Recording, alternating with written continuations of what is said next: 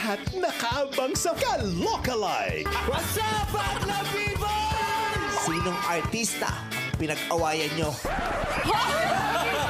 Mahal, I love you too! Ginagalingan. Ay, gold medal! Lahat busog sa katatawa dito sa Carlos Yulo ng Marikina City. Si Chloe yan! Sino yan? Si Chloe the Dark. It's Showtime! Si Cupido! Napana ako, pare! Cowboy ka ba? Oh, bakit? Ikaw lang sapat na. Bagay sa'yo itong bulaklak. Salamat, ganda.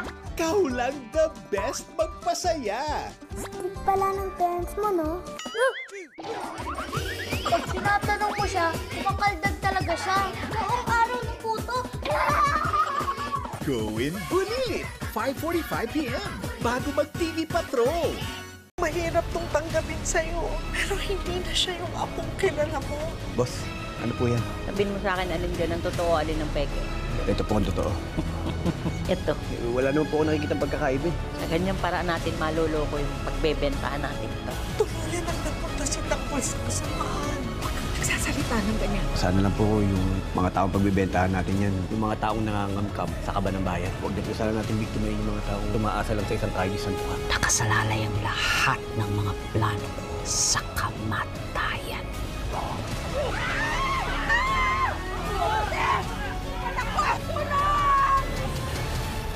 FPJ's Batang Quiapo, 8 p.m.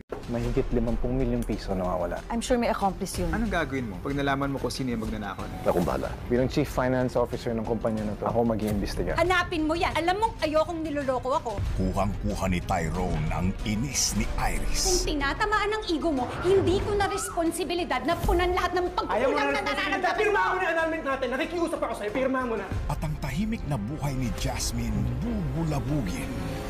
Buwan kami nagparamdam, ha? Tayo ba? Hindi mo pananagutan yung nangyari sa atin. Pananagutan? Saan? Parang naman tayo nag-enjoy ah.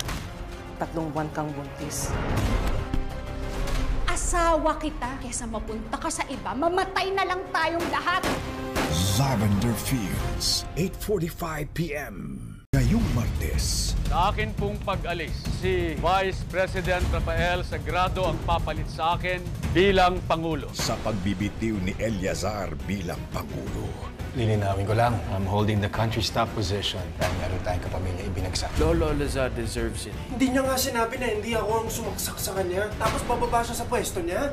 Bibigat ang panganib. Siguruhin mo lang na hindi malalaman ni Rafael ang totoo. Dahil sa oras na malaman niya na anak din niya si Moises. Hindi po pwede, Papa. Titindi ang trahedya.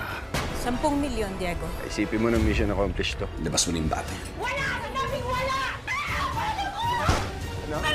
Pamilya Sagrado, 9:30 p.m.